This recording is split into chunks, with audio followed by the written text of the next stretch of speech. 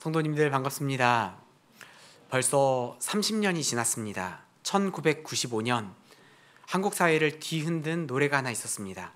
당시 기성세대들, 특히 교회 다니는 어른들에게 큰 거부감을 주었던 곡이지만 10대 청소년들에게는 엄청난 영향력을 끼쳤던 노래, 바로 서태지와 아이들의 컴백홈입니다.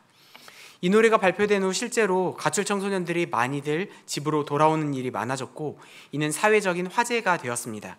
이로 인해 서태지와 아이들은 가출 청소년 귀가 캠페인 공익 광고 모델로 활동하기도 되었습니다. 컴백홈이라고 했잖아요. 컴, 와라. 백홈, 집으로 돌아와라. 오늘 본문 1절 말씀, 오라 여호와께로 돌아가자. 컴백홈과 굉장히 유사하지 않습니까? 그래서 제가 설교 제목을 컴백홈으로 정하게 되었습니다. 그런데 이 본문을 보면서 고민이 조금 많이 들었습니다.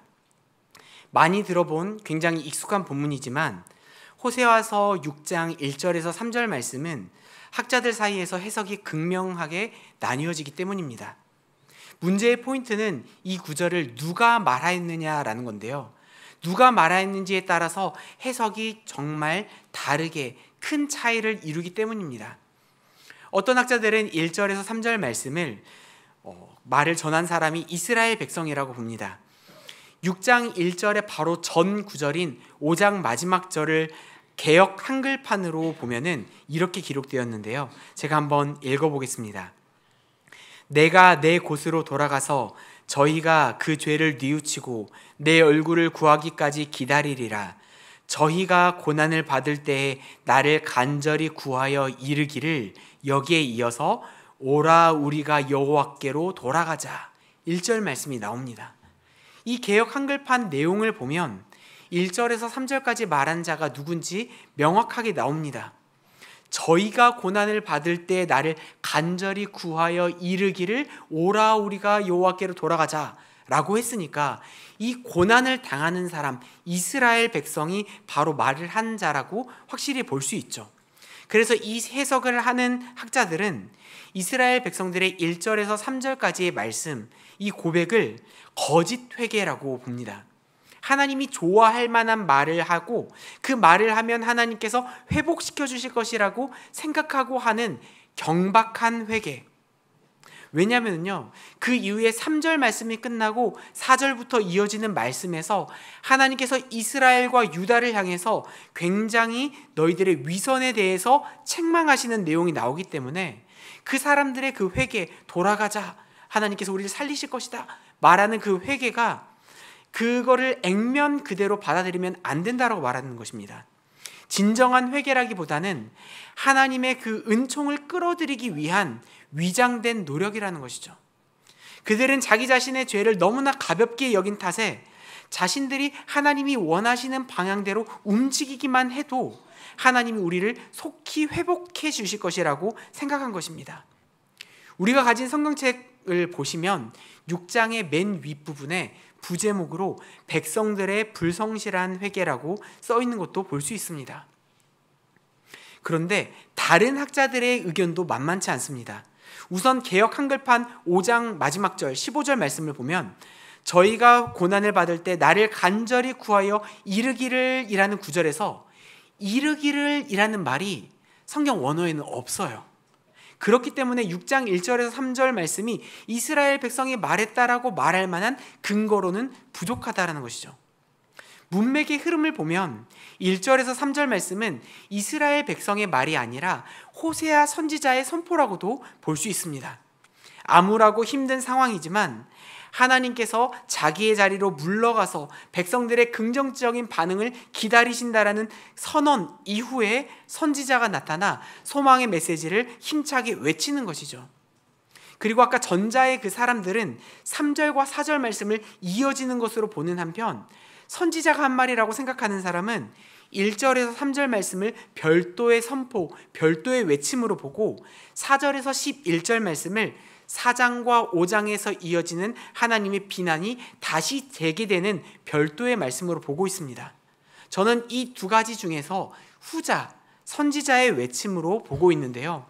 그런 관점에서 다시 컴백홈, 오라 집으로 돌아가자, 여호와께 돌아가자라고 말하는 1절 말씀부터 차근차근 말씀을 살펴보도록 하겠습니다.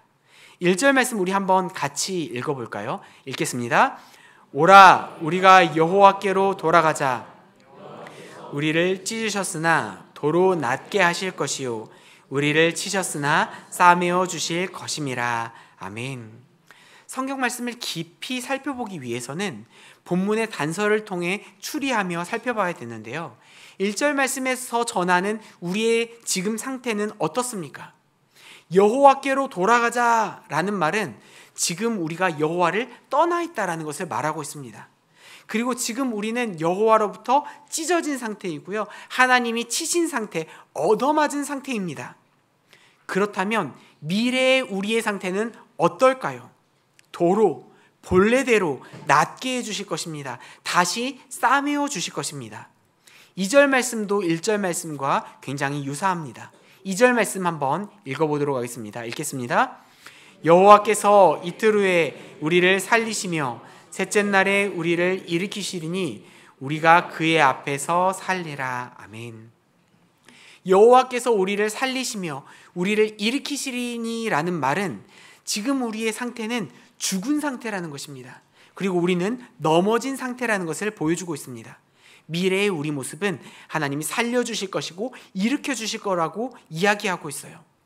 이처럼 비참한 현재의 상태, 여호와께서 찢으셨고 죽은 상태, 여호와께서 치셨으며 넘어진 상태가 이스라엘의 지금 현 상태인데요.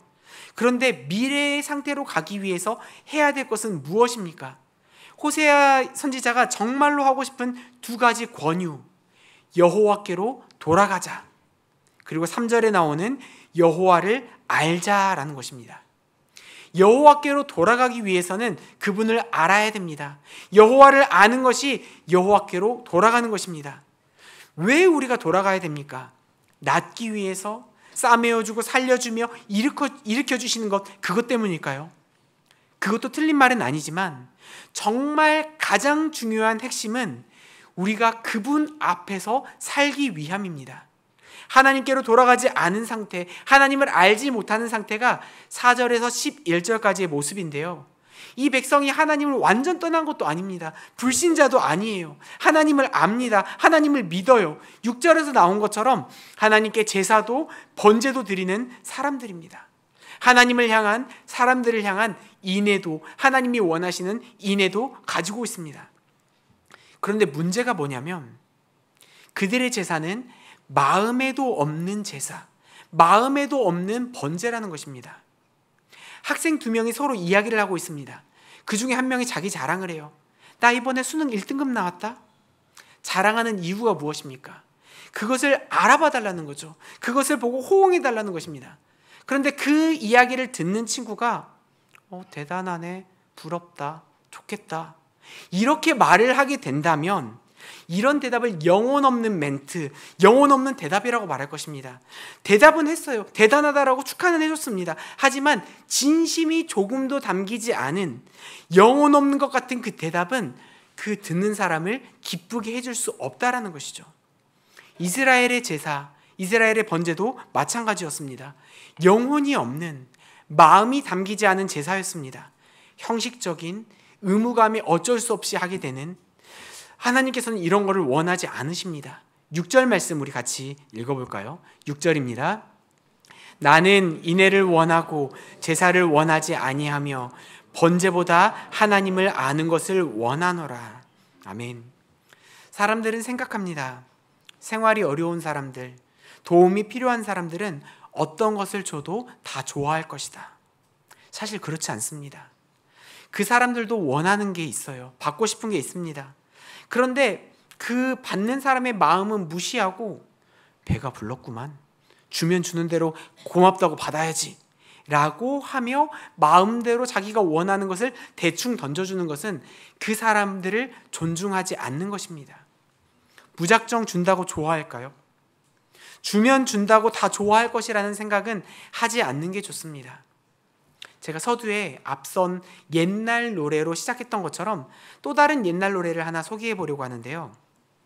이것도 한 30년 된 노래입니다. 이건주와 아이들이 부른 어른들은 몰라요 라는 노래입니다. 기억나시는 분들도 있으실 텐데 앞부분만 잠깐 들어보시겠어요? 우리가 무엇을 좋아하는지 어른들은 몰라요. 우리가 무엇을 갖고 싶어 하는지 어른들은 몰라요. 장난감만 사주면 그만인가요? 예쁜 옷만 입혀주면 그만인가요? 어른들은 몰라요. 아무것도 몰라요. 마음이 아파서 그러는 건데 언제나 혼자이고 외로운 우리들을 따뜻하게 감싸주세요.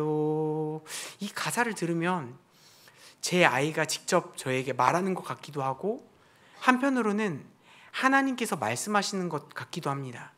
이 노래가 저에게는 이렇게 들렸는데요. 내가 무엇을 좋아하는지 내 백성들은 몰라요. 내가 무엇을 갖고 싶어 하는지 내 자녀들은 몰라요. 예배만 드리면 그만인가요? 교회만 나오면 그만인가요? 되게 좀 우습기도 하지만 실제적으로 하나님께서 또 그렇게 마음을 갖고 계시지 않을까라는 생각이 듭니다. 가사에서도 말하는 것 같이 원하는 것을 주는 게 잘 주는 것입니다. 하나님도 원하는 것을 받고 싶어 하세요. 하나님께서 원하시는 것은 두 렙돈이라는 돈이 아니라 형편이 안 되는 과부가 하나님을 생각하고 가져온 그 안에 담겨있는 정성입니다. 하나님께서 원하시는 것은 그 안에 담겨있는 마음입니다. 하나님은 마음에도 없는 제사, 번제 이런 것들 말고 하나님을 향한, 사람들을 향한 인애를 원하십니다. 그리고 자신을 좀 알아주기를 바라시는 거죠. 이스라엘 백성도 인애가 있긴 했습니다. 하지만 그들의 인애는 아침 구름처럼 금방 없어지는 이슬처럼 쉽게 사라지는 것입니다. 그런 것 말고 마음이 담긴 그런 제사를 하나님이 원하신다는 것입니다. 사랑하는 성도님들, 우리는 하나님을 알아야 합니다. 힘써 하나님을 알아야 됩니다. 여기에 나오는 힘써라는 말은 그냥 누가 알려준 대로 어디에선가 들은 대로 지식이 쌓여가는 그런 수동적인 자세가 아니라 적극적으로 찾아 나서는, 하나님을 알기 위해 그분을 쫓아나가는 우리의 능동적인 태도를 말하고 있습니다. 우리는 하나님을 알아야 됩니다. 하나님이 원하시는 게 무엇인지 알아야 되고 하나님이 싫어하시는 게 무엇인지 잘 알아야 됩니다. 성경에서 하라고 하는 것을 그냥 문자 그대로만 행동하는 것이 아니라 마음과 정성과 힘과 영혼을 담아 늘 하나님을 생각하며 하나님이 하라는 것, 하나님이 하지 말라는 것을 순종하며 잘 따라가야 됩니다. 그런데 현대 사회를 살아가는 많은 그리스도인들이 주목하는 문제는 하나님을 향한 그런 마음이라기보다는 찢기고 상한, 넘어져 죽은 것 같은 우리의 삶을 하나님이 도대체 언제가 되어야 낫게 하시고 싸매주시냐라는 것입니다. 하나님이 언제 나타나시지? 언제 응답하시지? 때를 찾고 때만 구합니다. 그런 그리스도인에게 선지자는 이렇게 확실하게 말합니다. 3절 말씀 우리 같이 읽어보도록 하겠습니다. 3절입니다. 3절 말씀 같이 읽겠습니다. 그러므로 우리가 여호와를 알자, 힘써 여호와를 알자. 그의 나타나심은 새벽빛같이 어김없나니 비와 같이 땅을 적시는 늦은 비와 같이 우리에게 임하시리라 하니라. 아멘. 그분의 나타나심은 새벽빛 같다라고 이야기합니다. 영어 버전에서는 태양이 떠오르는 것 같다라고 말하고 있습니다. 이것은 하나님이 나타나시는 것은 어김없이 변함없이 이루어진다라는 것을 말하고 있습니다. 태양이 구름에 가려져서 보이지 않는다 하더라도 태양은 여전히 존재합니다. 또한 그분의 나타나심은 비와 같고 늦은 비와 같다라고 말합니다. 비가 내린다라는 것은 우리가 무언가 기후제를 지내면 내린다 이런 것처럼 우리가 무언가를 인풋을 했을 때 그 결과로 당연스럽게 아웃풋이 나오는 것을 말하지 않습니다. 비가 내리는 것, 하나님의 뜻대로 내리는 것이죠. 언제 내리는지 확실히 알 수 없습니다. 하지만 우리는 일기예보를 통해서 언제 올지 대략적으로 알 수도 있죠. 성경에서도 마태복음 16장 3절 말씀처럼 아침에 붉고 흐리면 오늘은 날이 굳겠다 하고 대충 알 수도 있습니다. 그리고 어르신들의 지혜처럼 이 시기쯤 되면은 비가 왔었지, 그러니 비 올 때가 되었어 라고 짐작할 수도 있겠고, 허리가 아프시는 분들, 무릎이 쑤시는 분들, 생활의 그런 지혜를 통해서 대략적으로 알 수도 있을 것입니다. 하지만 예상과는 다르게 비가 늦게 올 때도 있습니다. 성도님들, 하나님이 나타나시는 것은, 응답하시는 것은 보이지 않을 때가 있습니다. 응답이 들리지 않을 때도 있습니다. 신앙생활을 내가 많이 해봤을 때 경험상 이때쯤이면, 내가 이 정도 기도를 했으면, 내가 금식 기도도 하고 새벽 기도도 계속 나오고 작정 기도 어느 정도 하면은 이쯤에는 하나님이 응답하셨는데 왜 안 하시지? 라고 우리가 고민할 때가 있을 수도 있습니다. 경험에 따라서 이쯤이면 될 것 같다라고 생각할 수 있지만 하나님의 때가 점점 늦어지고 끝까지 응답하시지 않는 것 같은 경험을 할 때도 있습니다. 우리 열왕기상 18장 말씀을 한번 생각해 볼까요?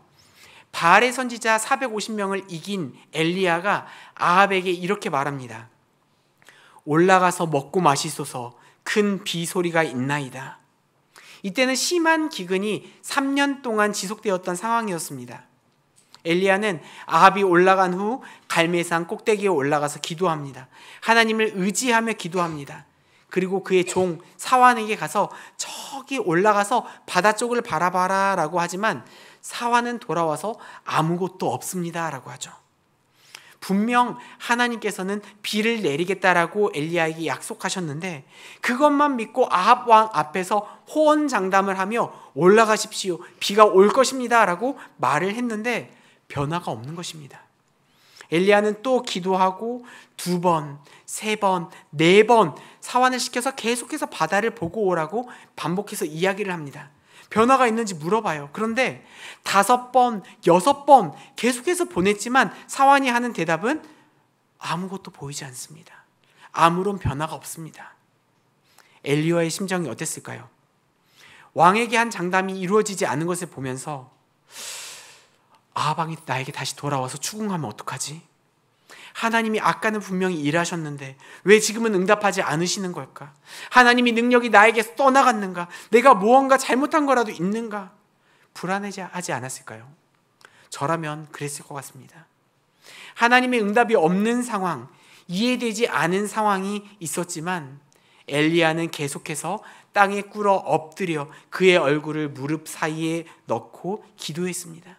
그리고 다시 한 번 더 7번째 사환이 올라가서 본 순간 보고 돌아와서 사환은 선생님, 바다에서 사람의 손만한 작은 구름이 일어났습니다 라고 알려주게 됩니다. 사랑하는 성도님들, 우리의 생각, 우리의 판단, 이루어지는 것 같지 않아서 포기하고 싶은 마음이 있을 때라도 끝까지 하나님만을 의지하시기 바랍니다. 우리는 기억해야 됩니다. 응답하시지 않는 것처럼 느껴지는 그때를 지나면 하나님께서는 늦은 비로 우리에게 응답하신다는 걸요. 사람들은 이른 때, 제때, 늦은 때를 생각하며 언제 나타나실지, 언제 응답하실지 그 때를 중요시 여깁니다. 하지만 정말 중요한 건 그 때가 아닙니다. 언젠가 되었든 하나님께서는 결국 응답하신다라는 사실입니다. 하나님은 결국 임하십니다. 나타나십니다. 응답하십니다. 믿으십니까? 하나님의 나타나심은 어김이 없습니다. 그분의 약속은 절대로 공수표가 되지 않습니다. 구름 속에 보이지 않은 새벽빛이라 하더라도 그 빛은 우리를 비추고 있으며 때가 늦은 것처럼 보이더라도, 느껴지더라도 결국 그 비는 우리에게 내립니다. 그것은 우리에게 임하며 하나님께서는 우리에게 응답하십니다. 하나님은 우리의 필요를 가장 잘 아십니다. 언제 어떤 비를 주십사. 우리는 하나님에게 그것들 우리의 계획에 따라 하나님께 이런 요청 저런 요청 우리가 생각하고 있는 구체적인 계획에 따른 요청을 하지만 우리를 우리보다 잘 알고 계시는 하나님께서는 우리에게 가장 적절한 때 가장 좋은 때를 좋은 비를 내려주신다라는 사실을 기억하시기를 소망합니다. 결국 하나님은 임하십니다. 말씀을 마무리하겠습니다. 죄 많은 우리가 하나님께 해야 될 것은 그분께 돌아가는 것이라는 것을 기억하며 그분의 마음을 알기 위해 힘써 적극적으로 주님의 뜻을 찾고 구하는 우리가 되기를 소망합니다. 그 과정을 통해 다른 낫고 싸매어 주시고 일으켜 주시는 그런 부가적인 목적보다 정말 중요한 목적, 하나님 앞에 살고 그분 안에 머물며 그분과 함께 동행함이 우리의 인생의 최대 목적, 최대 행복이 되시기를 이 말씀을 준비해 주신 예수님의 이름으로 축복합니다. 축원합니다.